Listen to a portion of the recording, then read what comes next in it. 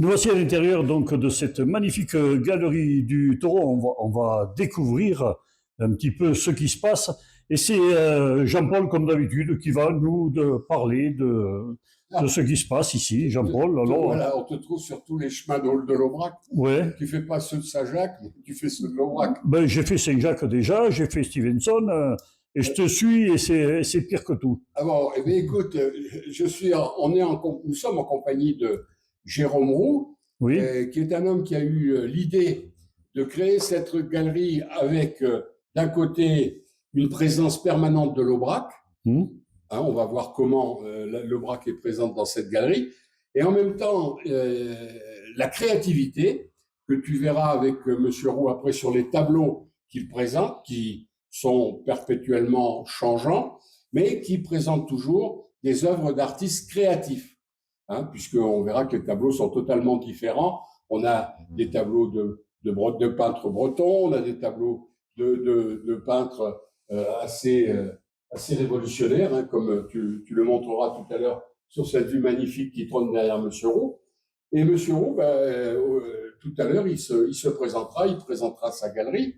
Je voulais juste dire deux mots sur le symbole de cette galerie, qui est la galerie du taureau. D'abord parce qu'elle se situe dans l'axe même du museau du taureau, et parce que le taureau, c'est la force de l'Aubrac.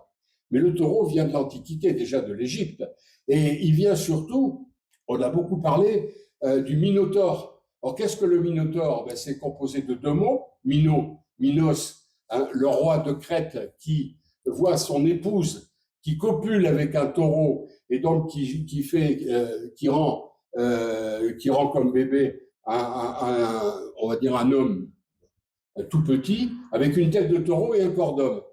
Le roi Minos, vexé de cette vengeance de Poséidon, parce qu'on ne va pas raconter toute la mythologie, mais le dieu de la mer avait puni en fait ce Minos parce qu'il n'avait pas suivi la réglementation de Poséidon, et il avait rendu son épouse amoureuse d'un taureau blanc. Et donc, ils ont donné ce fameux taureau à tête de taureau et à corps d'homme, et c'est devenu donc le fameux Minotaure. Et Minos, pour se venger, enferme ce Minotaure dans une galerie au milieu de la Crète. Alors, les habitants de la Crète sont des Crétois, non pas des Crétins. Et pour qu'il ne s'échappe pas, il fait construire le labyrinthe par un nommé Dédale. Donc, tu vois ce que peut être un Dédale. Et il oblige le roi d'Athènes de lui fournir 7 garçons et 7 filles chaque année pour nourrir le Minotaure. Bien entendu, Thésée, le fils du roi d'Athènes, n'apprécie pas et décide de tuer le Minotaure. Pour ce faire, il va se faire aider d'Ariane, qui est amoureuse de lui, qui va lui donner une pelote pour que dans ce dédale, il puisse tuer le taureau et retrouver son chemin. Voilà toute l'histoire du taureau, mais qui, pour nous, se recentre sur le taureau d'Aubrac, qui représente la force de l'Aubrac, qui, grâce à André Valadier, a pu retrouver toute la puissance du taureau. Et également pour les femmes, tu connais la tradition. Oui, oui, oui, Hein, oui. on va quand même la rappeler, puisque Oui, si tu veux. Ouais. alors les femmes, on sait que les femmes, en touchant les attributs du taureau, vont acquérir la fertilité. Alors, Monsieur Roux va te parler maintenant de la galerie et des œuvres qu'il présente. Voilà, ben bonjour. Bonjour, enchanté. Merci d'être venu à la galerie. Vous êtes bien entendu les bienvenus, et l'un et l'autre. Et donc, cette galerie a maintenant 11 ans. Préalablement, j'étais propriétaire de l'espace Loumazuc. C'était un espace dans lequel on exposait déjà des œuvres, mais on avait également la cave à vin de Sergio, la boutique Brasse, une salle de potier, on avait de l'artisanat et bien entendu des produits régionaux.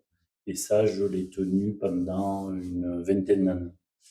Donc là, je me suis recentré sur la partie picturale et sculpturale. Et du coup, j'ai trouvé cet emplacement en face le taureau. Et donc la galerie du taureau, le nom était tout trouvé. Donc Parallèlement à cette activité de galeriste, j'ai également une deuxième société dans laquelle André Brasse, le frère de Michel, est associé. Et j'avais eu l'idée de revisiter un objet traditionnel de l'Aubrac et des régions de montagne, qui est rien d'autre que le buffadou, qu'ici les gens connaissent, mais qui n'est pas finalement très très connu en France. Et en fait, c'est un objet, c'est un soufflet à bouche pour attiser le feu. Donc le traditionnel est en bois et c'était les paysans qui le faisaient. De moins en moins, on en trouve des traditionnels. Et j'ai eu l'idée de le revisiter dans l'idée un petit peu de ce qu'avait fait à l'époque la Forge de l'Aïole quand ils ont réinventé, restylisé et redesigné le couteau. Moi, l'idée était celle-là. Et donc, je me suis associé à André qui, lui, maîtrisait bien toute la partie technique des produits, puisqu'il avait été directeur de la production à la Forge de l'Aïole pendant une quinzaine d'années. Et donc, l'association des deux, on est arrivé à développer ce produit que je vous montrerai tout à l'heure. Donc, ça, c'est la deuxième partie de l'activité sur la galerie, et également à travers ces deux sociétés. Donc, pour la partie artistique, j'ai pas de formation artistique, mais j'ai toujours eu une sensibilité, on va dire. Et donc, j'ai rencontré des artistes que je connaissais. J'ai eu la chance et le privilège de rencontrer Christine Barès, qui était une artiste maintenant qui est réputée, qui est connue, qui a fait ses preuves et qui est de Vesoul, d'où je suis originaire. Et du coup, elle m'a dit, Banco, si tu exposes, je mettrai mes toiles chez toi.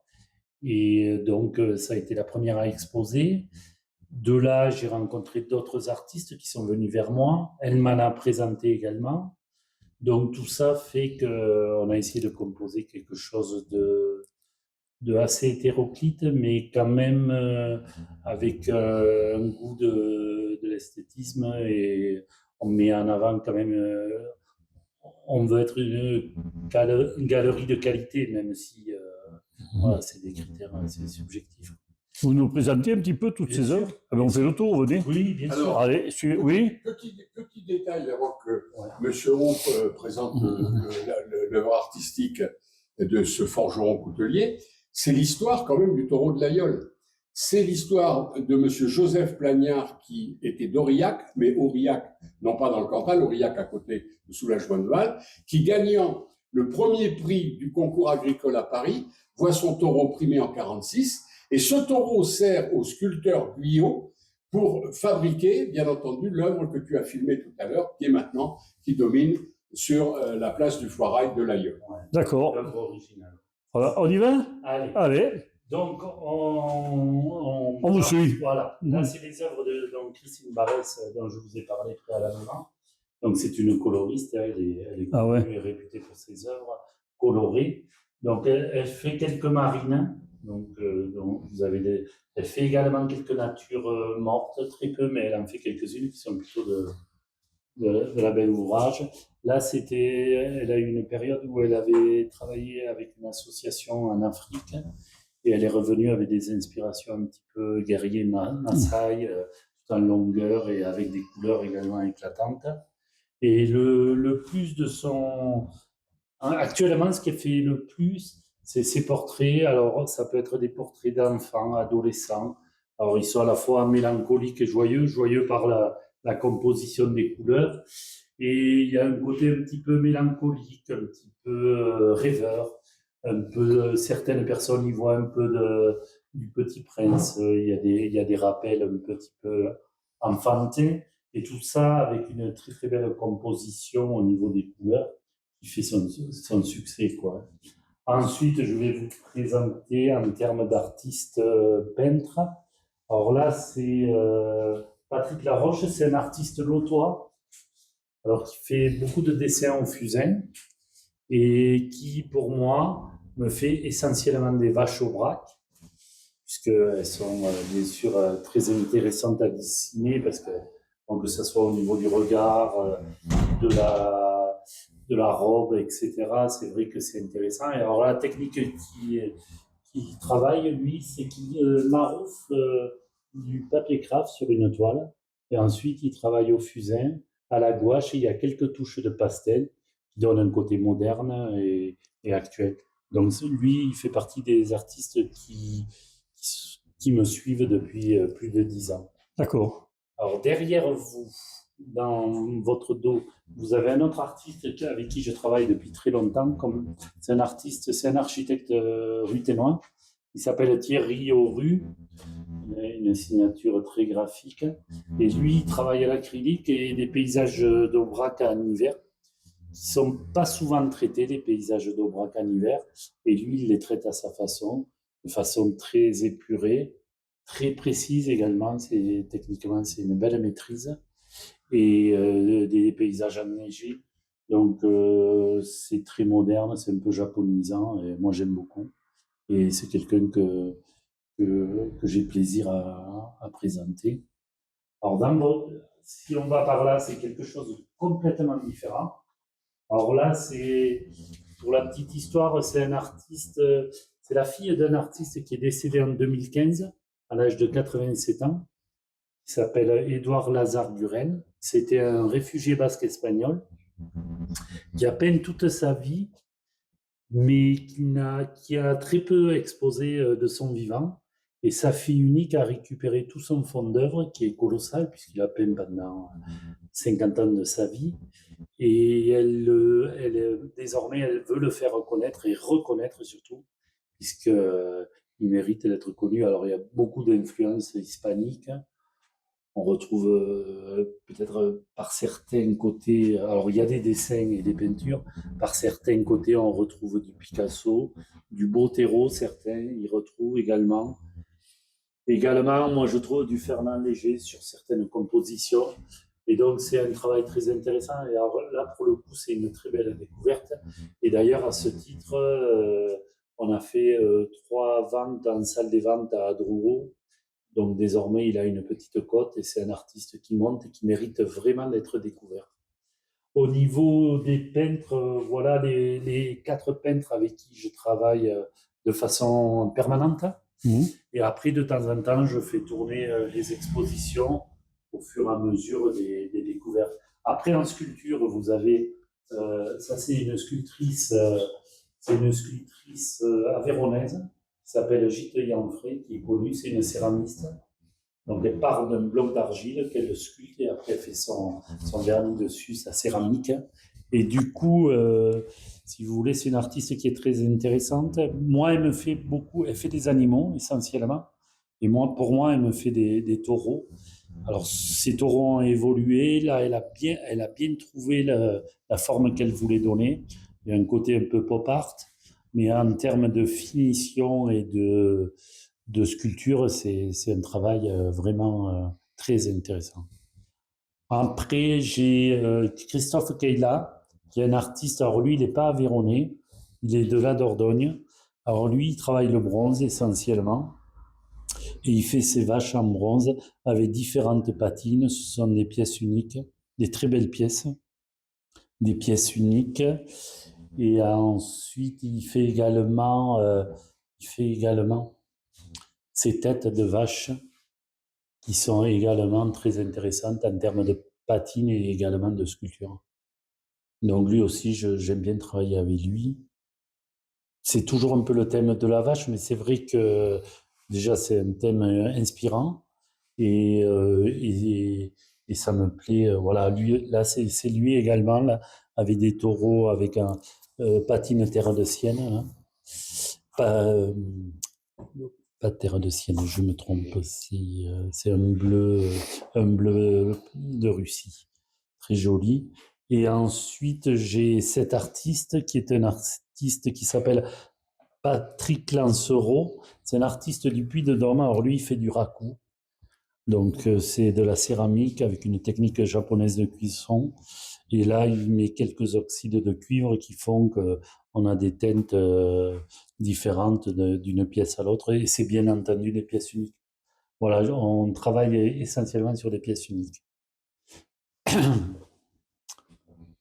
Il y a également cette très belle pièce au fond de Gite Yanfray, celle qui me fait les sculptures en céramique. Vous pouvez l'admirer. C'est une pièce dont les pieds sont aimantés, le socle est en acier pour pouvoir faire tenir la pièce. Donc on peut déplacer les 2 modules D'accord. et jouer là-dessus. Mhm. Voilà, je vais vous présenter également les buffadous dont on avait parlé. Donc là également, vous avez une autre pièce de Patrick Lancereau qui est très très belle. Un raku. C'est un raku également. Et vraiment, c'est une très jolie pièce avec un arbre, avec la symbolique de la terre et de la vie sur la terre qui, en ce moment, est un peu chahutée, on va dire, pour le moins.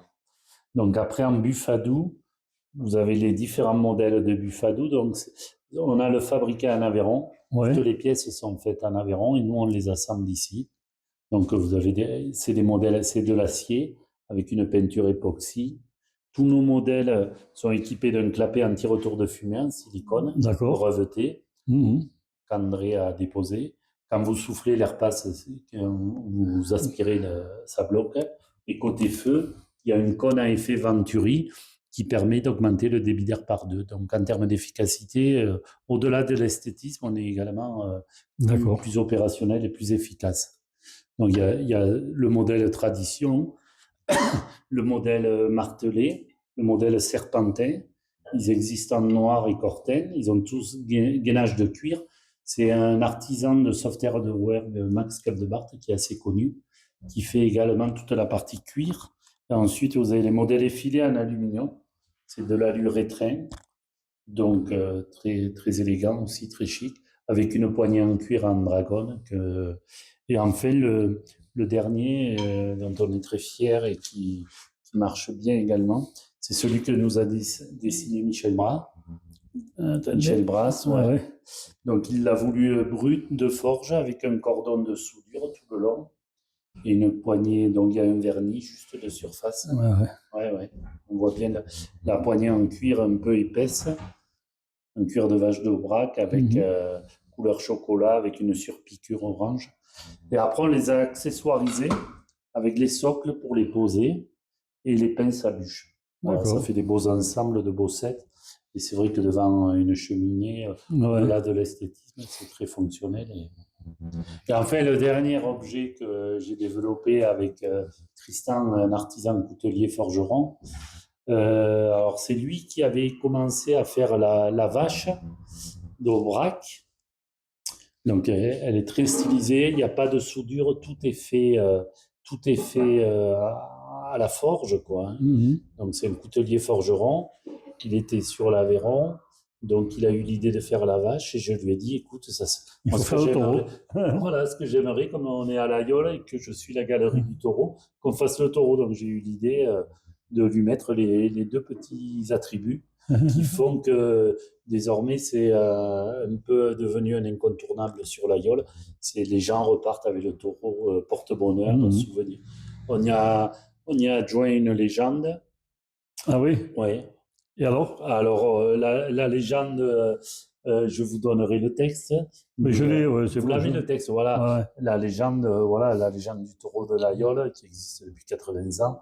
Et donc, si vous voulez, ça, on le présente, on l'a en devanture. Et ça nous fait également rentrer les gens dans la galerie. Et puis, c'est un petit objet souvenir qui dure, qui se transmet. Et voilà, à un prix abordable. Donc, c'est également quelque chose qu'on a développé et que je souhaite pérenniser et pourquoi pas le faire dans d'autres matériaux, on ne sait pas encore. Voilà. D'accord. Voilà un petit peu le contour de la galerie. Ben, merci de votre accueil. Et puis, voilà, on peut dire aux gens qu'ils sont toujours bien accueillis. Ah, parce mais que oui, c'est ouvert. Là, dès qu'on est rentré, ça a été le sourire de suite. Voilà, c'est ouvert toute l'année. On a plaisir à recevoir les gens, à communiquer. Et à communiquer, c'est vrai que tout se fait en toute simplicité, qu'ils n'hésitent pas. Vous avez un site, Oui, on a un site marchand pour le buffadou. D'accord. Et après, on a un site pour la galerie, pour les petits taureaux aussi, on peut les commander. Et c'est vrai que les gens, souvent, hésitent à franchir le pas des galeries. Il ne faut pas hésiter, on n'est pas obligé d'acheter, on regarde, on discute, on échange. Et c'est comme ça qu'après, on aiguise son œil. Il ne faut pas hésiter, quelles que soient les galeries, de franchir le pas. Voilà, Ça fait passer merci un bon beaucoup. moment. Merci C'est moi qui vous beaucoup. remercie. Et à bientôt. À Et puis on bientôt, au espère que revoir. tout le monde viendra. Voilà. Sacré depuis l'Égypte antique, animal mythique et mystique, symbole de puissance magique, le taureau marche sur terre comme il éclaire le ciel de tout son astre. En somme, il est partout autour de nous pour aimer les êtres chers et ce que nous sommes. Fort et fier, élégant et charnel, la bravoure du taureau est celle du courage de protéger et d'aimer, signe de chance et source d'amour. Porte-bonheur ou talisman, le taureau s'emporte avec soi, comme il porte en lui les gènes du bonheur, et s'il n'y a pas de gène à se faire du bien, toucher ses parties et depuis la nuit des temps l'espoir en deux mains, en une vie fertile et féconde. Ce n'est pas le hasard si sur son piédestal il domine le plateau de l'Aubrac, esthétique. Il est toujours emporter ce magnifique taureau, voilà, qui est en vitrine dans cette galerie que nous avons visitée aujourd'hui.